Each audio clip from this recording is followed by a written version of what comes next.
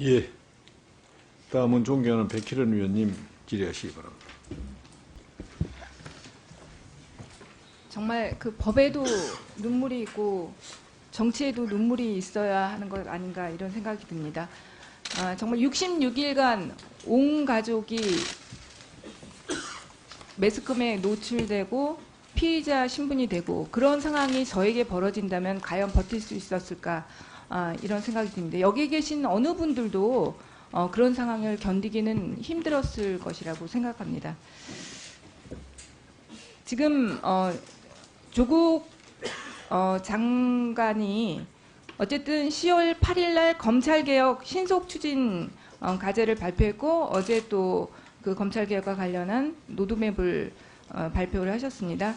그러니까 어쨌든 간에 저는 그 10월 8일 날 검찰개혁 신속추진 과제로 발표했던 것들이 그동안에 우리가 검찰 개혁, 법률로서 할 수 있는 것을 빼고는 거의 모든 부분들을 망라해서 과제로 선정했다고 보입니다. 그 부분에는 차관님께서도 동의하시죠? 그렇습니다. 저희들도 같이 만들었습니다. 근데 좀 아쉬운 점이 뭐냐면 지금 이 과제들이 우리가 요번에만 한 것이 아니라 실제로 그동안 굉장히 많은 논의들을 했습니다. 그리고 제1기 그 법무검찰개혁위원회에서도 상당 부분 이것들에 대한 논의와 건의들을 했습니다. 그런데도 그 부분들을 우리가 여태까지도 실천하지 못하고 이제 와서야 다시 개혁과제로서 논의하게 된 것은 굉장히 아쉽다고 할 것입니다. 저는 그렇기 때문에 그동안 우리가 검찰개혁을 계속해서 얘기했지만 실제로는 그것들을 실질적으로 해내지 못한 것, 이것이 가장 큰 문제점이라고 생각합니다. 그래서 차관님께서 언제까지 대행을 맡으실지는 모르겠지만 그동안 그 개혁과제로 이게 추진과제로 나온 부분들이 지금 이제 실질적으로 해결이 된 거죠. 검찰청 사무기구에 관한 규정 대통령령으로 개정된 이 부분에 하나 해결이 됐고 이후에도 많은 부분들이 있는데 그 부분들을 책임지고 어떻게 추진하실 의사가 있습니까?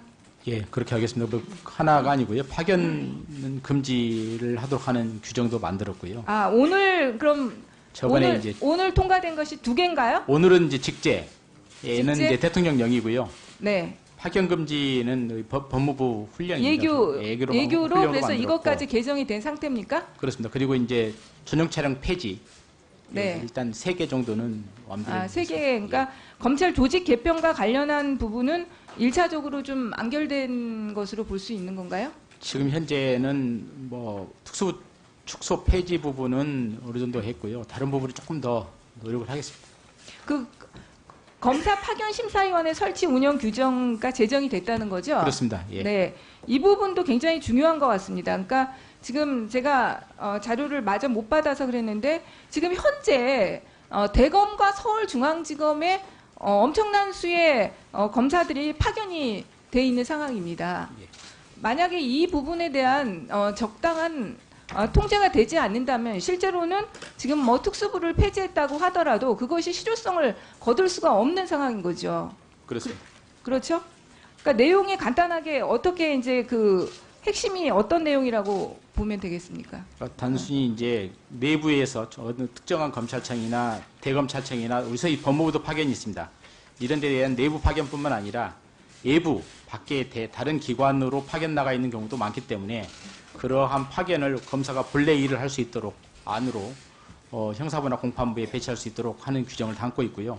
그래서 밖으로 나가거나 파견을 하려면 엄격한 심사위원회의 심사를 거치도록 해서 형사부나 공판부의 검사들이 본연의 임무를 수행하면서 배치될 수 있도록 그렇게 하는 규정입니다. 그리고 형사부 공판부 강화 방안을 우리가 계속 얘기를 하고 지금 얘기를 하는데 저는 이제 형사부 공판부 강화를 두리뭉실하게 2개를 합쳐서 얘기해서는 안 된다고 생각합니다. 형사부 강화와 공판부 강화는 완전히 다른 문제입니다. 사실은. 그 형사부 강화는 일반 형사사건 결국 이 부분도 직접 수사죠.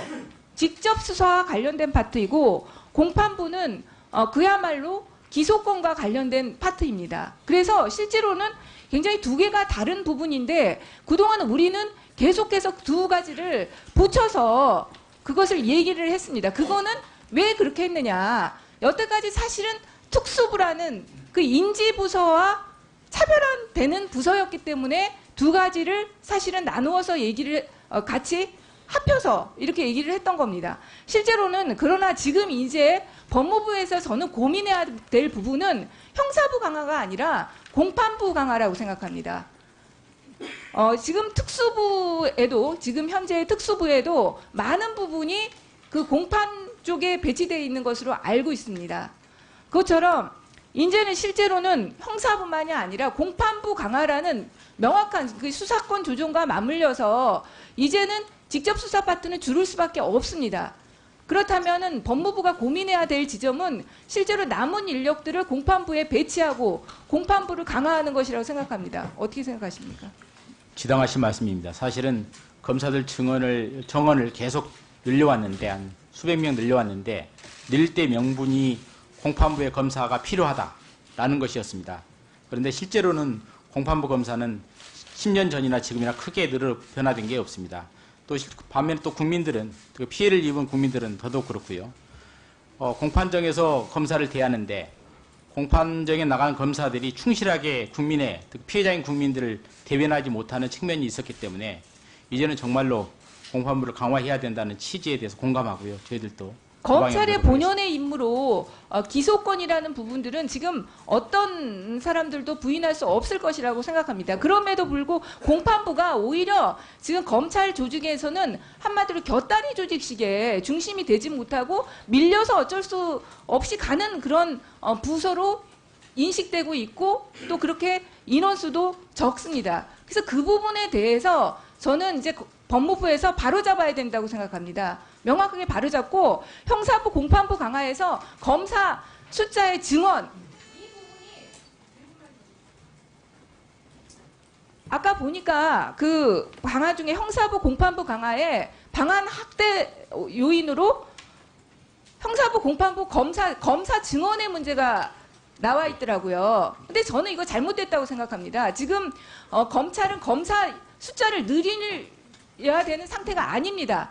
오히려 지금 수사부서에 있는 검사들을 이런 기소부서, 공판부에 배치하고 인력 재배치를 통해서 해결을 해야 되는 것이지 검사 숫자를 늘리는 문제는 아니라고 생각합니다. 그래서 그 부분에서도 저는 이 법무부에서 그냥 만연히 예전과 생각했던 그 방식대로 하고 있다는 거죠. 보고서에도 그게 명확히 나와 있어요. 그래서 저는 그 수사관도 그렇고요.